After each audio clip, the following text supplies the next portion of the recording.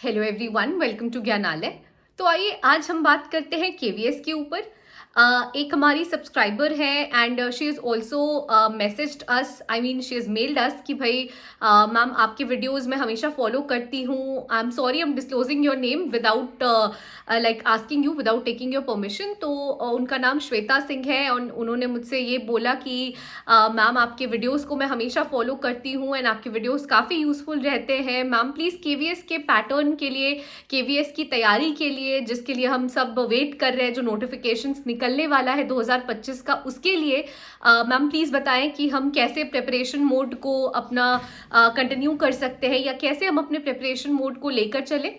तो आइए डिस्कस करते हैं आज श्वेता सिंह जी के रिक्वेस्ट पे ये वीडियो मैं बना रही हूँ। मैंने बनाया तो सबके लिए है बट एक्सक्लूसिवली ये वीडियो उनके लिए है क्योंकि उन्होंने मतलब मेल किया है सेपरेटली एंड उन्होंने इस चीज़ की रिक्वेस्ट की थी। तो Shweta, this video is for you. I hope कि आपको एंड बाकी सारे जो हमारे सब्सक्राइबर्स हैं उनको ये वीडियो हमारा पसंद आएगा। तो आइए शुरू करते हैं हमारा ये वीडियो ज्ञानालय के माध्यम से। उम्मीद करूंगी आप सब मेरे साथ अंत तक बने रहेंगे। देखिए, सबसे पहले मैं बता दूं कि केवीएस के एग्जामिनेशन के लिए देखिए, अगर पैटर्न में चेंज होता है या नहीं होता है उससे ज़्यादा फर्क नहीं पड़ेगा। जो सब्जेक्ट्स हैं वो तो रहेंगे ही। तो आपको सबसे पहले तो सिलेबस पे फोकस करना है और आपको ये देखना है कि आपका उस सिलेबस में से वीक सब्जेक्ट कौन सा है, या आपको लग रहा है कि बाकी सारी चीज़ तो मैं कर लूंगी या कर लूंगा, ये वाला जो सब्जेक्ट है दैट एग्जाम्पल के लिए कोई भी आप सब्जेक्ट ले लो, वो सब्जेक्ट जो कि है आपका थोड़ा ज़्यादा वीक है, तो कंपैरेटिवली आपको बाकी सब्जेक्ट से थोड़ा ज़्यादा ध्यान उस सब्जेक्ट पे देना होगा सबसे पहले तो। दूसरी चीज़ है, देखिए, अगर आप बुक्स के लिए मुझसे पूछोगे कि मैं कोई बुक स्पेसिफिक रिकमेंड कर दूं, देखिए बुक्स जो भी है वो कंसेप्चुअल है। आप ये देख के चलो, जो भी नॉलेज है वो कंसेप्चुअल ज़्यादा होनी चाहिए रादर दैन आप देखो कि एक वो रेक्टिफाइंग मेथड कि हाँ भाई मैंने रट लिया है, मैंने सारी चीज़ें याद कर ली है। तो अगर आप कंसेप्चुअल चीज़ों के लिए जाओगे तो फिर आप कोई भी बुक फॉलो कर सकते हो जिससे कि आपको वो टॉपिक समझ में आ रहा हो। सबसे पहली चीज़ तो जब आपने सिलेबस देख लिया, आपको सारे सब्जेक्ट्स पे ध्यान देना है, लेकिन उस पर्टिकुलर सब्जेक्ट पे जो आपका वीक है या कंपैरेटिवली आपको लग रहा है कि इस पे मुझे ज़्यादा मेहनत करना होगा, उस पे आपको थोड़ा ज़्यादा ध्यान देने की ज़रूरत है। सेकेंडली, आपको कंसेप्चुअल चीज़ों पे फोकस करना है। आपको ये सोचकर पढ़ना है कि मुझे समझ में आना चाहिए, मुझे याद है, ये चीज़ नहीं होना चाहिए, मुझे समझ में आ रही है चीज़ें, आपको फोकस उस पर करना है।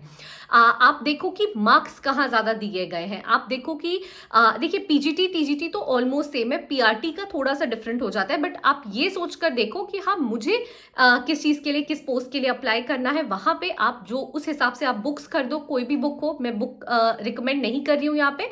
आपको जिससे भी नॉलेज गेन कर पा रहे हो आप, या जिससे भी आप समझ पा रहे हो, आप वो बुक प्रेफर कर सकते हो।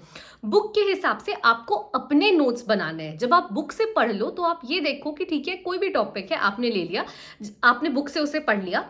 जब आपने बुक से पढ़ लिया, आप खुद से उसे लिख कर देखो कि आपको कितना नॉलेज ग्रास्प हुआ है। आपने जब नोट्स बनाया तो आपको कितना समझ में आ रहा है। आप साथ ही साथ, जो बहुत लोग कहते हैं कि मैम पीवाई क्यूज है, हम पीवाई क्यूज को तो फॉलो कर रहे हैं, मॉक टेस्ट हमने प्रीवियस ईयर क्वेश्चन पेपर्स बहुत दिए हैं, बट फिर भी हमारा जो कि है एग्जाम क्रैक नहीं हो पाया। हमने तो बुक से नोट्स भी बनाए, हमने सिलेबस अच्छे से समझ लिया, सिलेबस के अकॉर्डिंग हमने बुक्स खरीदा, बुक से कंसेप्चुअल फैक्ट्स लेके हमने खुद के नोट्स बनाए, पीवाई क्यूज पे फोकस किया लास्ट ईयर। लेकिन प्रॉब्लम यही आ जाती है कि आप लास्ट ईयर पीवाई क्यूज पे बस फोकस करते हो।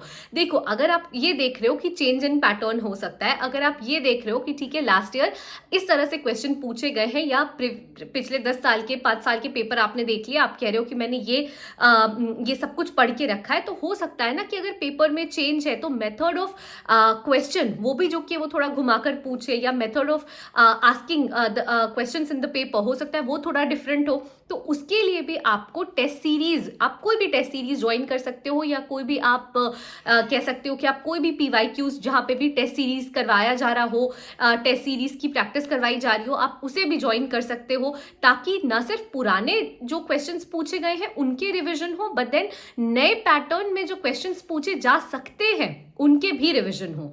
और उसके बाद आपको बेस्ट प्रैक्टिस पे छोड़ देना है। बेस्ट प्रैक्टिस यानी आप खुद उन चीज़ों का कितना रिवीजन कर रहे हो।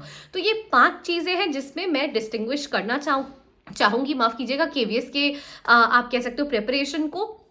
केवीएस की वैकेंसी देखिए, हमें मार्च एंड या अप्रैल में आती हुई नजर आ रही है, जिसके लिए हम पूरी उम्मीद रख सकते हैं कि हाँ केवीएस की वैकेंसी, क्योंकि काफी लंबा गैप हो गया है आप देखो, और केवीएस की वैकेंसीज अच्छे खासे नंबर्स में आते हुए नजर आ रही है। इस पे मैंने ऑलरेडी वीडियोस बना रखे हैं कि कितने कितने आप एक्सपेक्ट कर सकते हो वैकेंसीज केवीएस के अंदर जो निकलेंगे डिफरेंट पोस्ट के लिए। तो केवीएस की वैकेंसीज हमें मार्च एंड या अप्रैल में आती हुई पूरी नजर आ रही है। अब इसके लिए आपको 5 सेक्शन में अपने प्रिपरेशन को बांट देना है। सबसे पहले आपको सिलेबस देखना है और आपका जो वीक सब्जेक्ट है आपको वो उठाकर उस पर ज्यादा फोकस करना है। दूसरा, आप बुक्स कोई भी खरीदो, आपको बुक से अपने खुद के नोट्स बनाने हैं। तीसरा, आपको मॉक टेस्ट की तो प्रिपरेशन, जो मॉक टेस्ट है उस पर तो आपको फोकस करना है। पीवाईक्यूज जो पूछे जा चुके हैं प्रीवियस ईयर क्वेश्चंस, आपको वो तो करने ही करने हैं। साथ साथ आपको जो नए जो टेस्ट सीरीज अगर है, कोई टेस्ट सीरीज आप ज्वाइन कर लो। यूट्यूब पे इतने सारे वीडियोस चल रहे होते हैं जहाँ पे टेस्ट सीरीज करवाते हैं यूट्यूबर्स, आप उन्हें देखो। आपको नए पैटर्न के क्वेश्चंस पे भी प्रैक्टिस करना है। और चौथा और पांचवा जो है, माफ कीजिएगा, वो ये है कि आपको खुद के लिए रिविजन करते रहना है। तो सिलेबस हो गया, आपका बुक्स हो गया, बुक्स के बेसिस पे आपके खुद के नोट्स हो गए, लास्ट ईयर क्वेश्चन पेपर्स हो गए, टेस्ट सीरीज हो गए जहां पे आप नए क्वेश्चंस भी प्रैक्टिस कर रहे हो, पुराने जो क्वेश्चंस पूछे गए हैं उनके साथ साथ, और साथ साथ आपका खुद का रिवीजन हो गया। तो इन पांचों में आप कैरेक्टराइज कर सकते हो या कैटेगराइज कर सकते हो कि आपकी प्रिपरेशन को आप कैसे डे बाय डे बेटर बना रहे हो। आपका खुद का रिविजन एट दी एंड सबसे ज्यादा इंपॉर्टेंट है, क्योंकि जहां आपने रिवीजन करना छोड़ा वहां पे एक ब्रेक लग जाता है, और जैसे ही ब्रेक लग जाता है आप चीजें भूलने लगते हो। फिर चाहे आप कितना भी आपने खुद का नोट्स बनाया हो, आपने लास्ट ईयर क्वेश्चंस देखे हो, आप नए टेस्ट सीरीज कर रहे हो, लेकिन जब तक कंसेप्ट क्लियर नहीं रहेगा, जब तक आप कंसेप्ट से जुड़े हुए नहीं रहोगे, तब तक ये क्या कोई भी एग्जाम क्रैक करना बहुत डिफिकल्ट है। तो कॉम्पिटिटिव एग्जाम्स में सबसे ज्यादा इंपॉर्टेंट होता है revision. Keep revising, keep just be focused and keep revising, because आप अपने नोट्स को भी जितना रिवाइज करोगे ना वो भी आपके लिए बेनिफिशियल होगा। जरूरी नहीं है कि आपको 10 बुक से या 15 बुक से पढ़ के ही आप किसी कंसेप्ट को क्लियर कर पाओगे। हो सकता है आपने 1-2 बुक्स ही पढ़ी हो लेकिन आपका कंसेप्ट क्लियर हो गया हो, आपने कंसेप्ट के बेसिस पे नोट्स बना दिया हो। अब आप उस नोट्स को तो रिवाइज कर ही रहे हो, लास्ट ईयर क्वेश्चन पेपर्स पढ़ ही रहे हो, नए टेस्ट सीरीज जो भी टेस्ट सीरीज है उसमें आप नए पैटर्न के क्वेश्चन कर ही रहे हो, वो आपके लिए हेल्पफुल हो जाएंगे। तो इस तरह से आपको अपना प्रिपरेशन मोड ऑन रखना है। इस तरह से वैकेंसी निकलने का वेट नहीं करना है, आपको अपने तरफ से एफर्ट्स डालते रहने हैं, फिर चाहे वैकेंसी कभी भी निकले। तो आई होप कि श्वेता सिंह जी को मेरा ये वीडियो पसंद आया होगा और बाकी मेरे सारे सब्सक्राइबर्स को भी मेरा ये वीडियो पसंद आया होगा। ये बस एक छोटा सा एफर्ट था आप लोगों को अवगत कराने के लिए कि किस तरह से आपको सिलेबस को ध्यान में रखते हुए, अपने वीक पॉइंट को ध्यान में रखते हुए, बुक से जो कंसेप्ट, जिस भी बुक से आपके कंसेप्ट्स क्लियर हो रहे हो उसको ध्यान में रखते हुए अपने नोट्स बनाने हैं।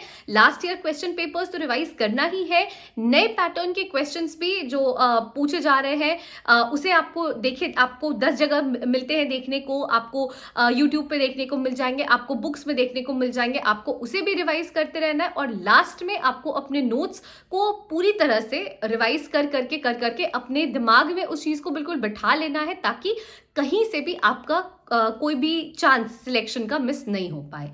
सो thank you so much for staying tune till the end. Please stay tune to Gyanalaya and please do like, share and subscribe our channel. Thank you.